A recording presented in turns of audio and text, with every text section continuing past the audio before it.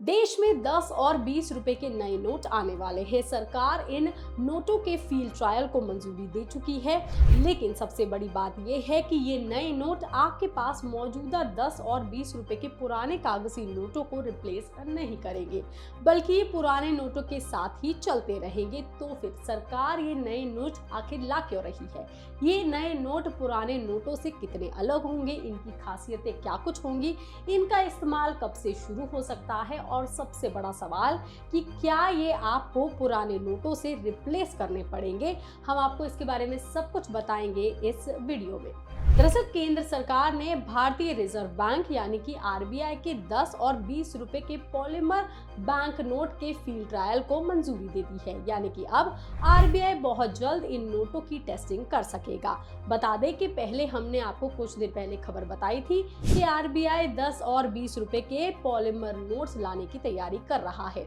और इसके लिए इन नोटों के फील्ड ट्रायल की योजना भी बनाई जा रही है। लेकिन अब इस प्रस्ताव पर सरकार की मोहर भी लग चुकी है, जिसके बाद आरबीआई 10 रुपए के 1 अरब यानी कि 100 करोड़ पॉलीमर नोट्स और 20 रुपए के भी 1 अरब यानी कि 100 करोड़ पॉलीमर नोट्स के फील्ड ट्रायल की तैयारी कर रहा है, यानी कि दोनों डिनोमिनेशंस को मिला करके कुल 2 अरब यानी कि 200 करोड़ पॉलीमर नोट्स का ट्रायल किया जाएगा, जिसमें ये नोट जारी भी होंगे। लेकिन इसका ये मतलब बिल्कुल भी नहीं है कि आने वाले कुछ ही दिनों में आपकी जेब में मौजूदा सभी 10 और 20 रुपए के नोट बदल जाएंगे या पुराने नोट पूरी तरह से बंद ही हो जाएंगे या खराब हो जाएंगे। सरकार का साफ कहना है कि अभी आरबीआई पहले इन नोटों की टेस्टिंग करेगा, इनके इस्तेमाल और प्रदर्शन को देखा जाएगा। आरबीआई के प्रस्ताव के मुताबिक अगर ये फील्ड ट्रायल सफल भी रहते हैं तो इसके बाद 10 और 20 के पॉलीमर बैंक नोट की रेगुलर इशुएंस की जाएगी। हालांकि अभी सरकार या आरबीआई की तरफ से इन पॉलीमर नोट्स के फील्ड ट्रायल की शुरुआत की कोई निश्चित तारीख नहीं बताई गई है। पहले पॉलीमर सब्सट्रैक्ट की प्रोक्योरमेंट और उसके बाद नोटों की प्रिंटिंग की प्रक्रिया पूरी होगी। इसके बाद ही ये नोट फील्ड ट्रायल के लिए जारी किए जाएंगे। वहीं सरकार ने साफ कहा है कि अभी इन पॉलीमर नोट्स को मौजूदा पेपर बेस्ड जो बैंक नोट्स हैं उसको रिप्लेस करने के लिए बिल्कुल भी नहीं लाया जा रहा है, बल्कि अगर ये नोट जारी किए भी जाते हैं तो ये मौजूदा कागजी नोटों के साथ ही चलते रहेंगे, यानी कि आपकी जेब में मौजूदा 10 और 20 रुपए के पुराने कागजी नोट अभी बंद नहीं हो रहे हैं और ना ही उन्हें आपको बैंक में जाकर के बदलवाना है और ना ही अभी ये कहा गया है कि पुराने नोटों की वैधता पूरी तरह से खत्म हो जाएगी, बल्कि उसमें आपकी जेब में कुछ पॉलीमर नोट्स और जुड़ जाएंगे, यानी कि जो नोट पहले से आपके पास मौजूद थे उसी तरह के और भी नोट जो प्लास्टिक के बने होंगे वो जुड़ जाएंगे। अब यहाँ सबसे बड़ा सवाल यही है, तो आखिर आरबीआई ये नोट ला ही क्यों रहा है? 10 और 20 रुपए के नोटों को पॉलीमर यानी कि प्लास्टिक जैसे मटेरियल से क्यों तैयार किया जा रहा है? दरअसल अभी भारत में जो करेंसी नोट इस्तेमाल किए जाते हैं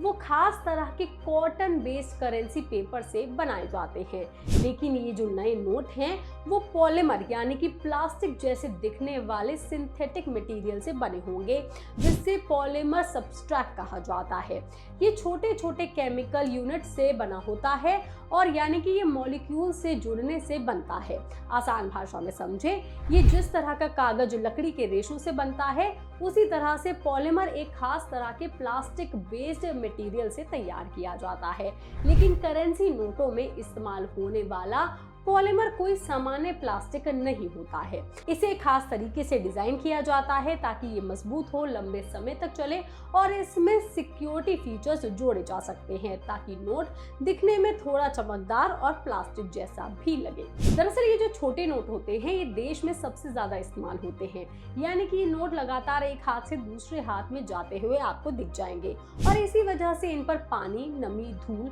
पसीना और बार बार मोड़े जाने जैसा असर पड़ता रहता है। नतीजा ये होता है कि कागज से बने ये छोटे नोट जल्दी गंदे और खराब हो जाते हैं और जब कोई नोट इस्तेमाल के लायक नहीं रहता तो उसे सिस्टम से बाहर निकाल करके उसकी जगह नया नोट जारी करना पड़ता है। लेकिन वहीं जो ये नए पॉलीमर नोट्स आएंगे वो सिंथेटिक मटेरियल से बने होंगे जो आमतौर पर पानी और नमी को ज्यादा बेहतर तरीके से सहन कर सकते हैं और ये जल्दी फटेंगे नहीं और लंबे समय तक इस्तेमाल किए जा सकते हैं, यानी कि कि इनको बार बार रिप्लेस करने की जरूरत नहीं पड़ेगी। हालांकि यहाँ ये भी समझना बहुत जरूरी है कि पॉलीमर नोट्स सिर्फ इसलिए खास नहीं है क्योंकि ये प्लास्टिक के बने होते हैं। जैसा कि हमने आपको बताया कि इनमें कई ऐसे सिक्योरिटी फीचर्स भी जोड़े जा सकते हैं जो आने वाले समय में इन नोटों की नकल बनाना मुश्किल कर दे। दरअसल पॉलीमर सब्सट्रैट पर कई तरह के एडवांस सिक्योरिटी फीचर्स को शामिल किया जा सकता है, जैसे कि ट्रांसपेरेंट विंडो लगाई जा सकती है, स्पेशल पैटर्न और दूसरे सुरक्षा फीचर्स। इनका मकसद यही होता है कि आम लोग भी असली और नकली नोट के बीच का अंतर को आसानी से पहचान सके और नकली नोटों की छपाई को मुश्किल बनाया जा सके।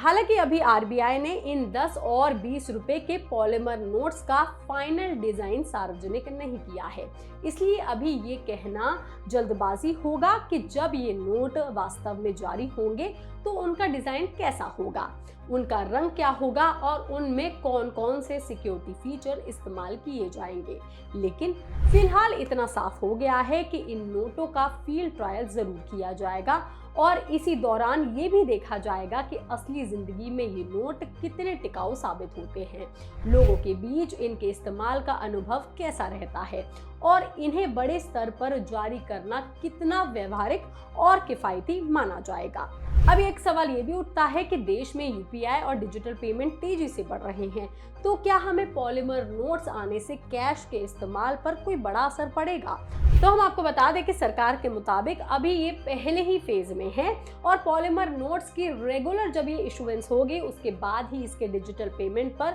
असर का आकलन किया जा सकेगा। वहीं हम आपको ये भी बता दें कि जो पॉलीमर करेंसी है ये कोई नई टेक्नोलॉजी बिल्कुल नहीं है। दुनिया के कई देशों में पहले से ही पॉलीमर बैंक नोट का इस्तेमाल अच्छे से किया जाता है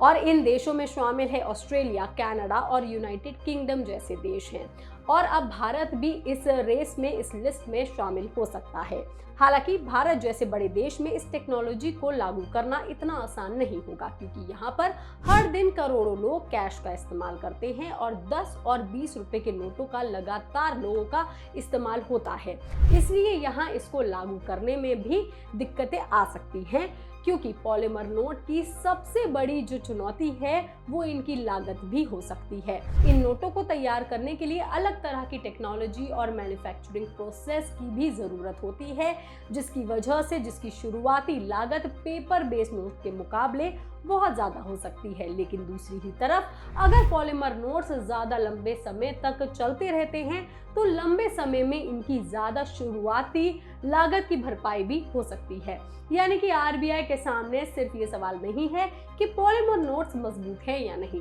बल्कि सवाल ये भी है कि क्या ये भारत जैसे बड़े देश में बड़े पैमाने पर इस्तेमाल किए भी जा सकते हैं या फिर नहीं। इस पर आपका क्या कहना है, आप हमें कमेंट करके जरूर बताएं। बाकी तमाम खबरों के लिए आप देखते रहिए लोकमत हिंदी।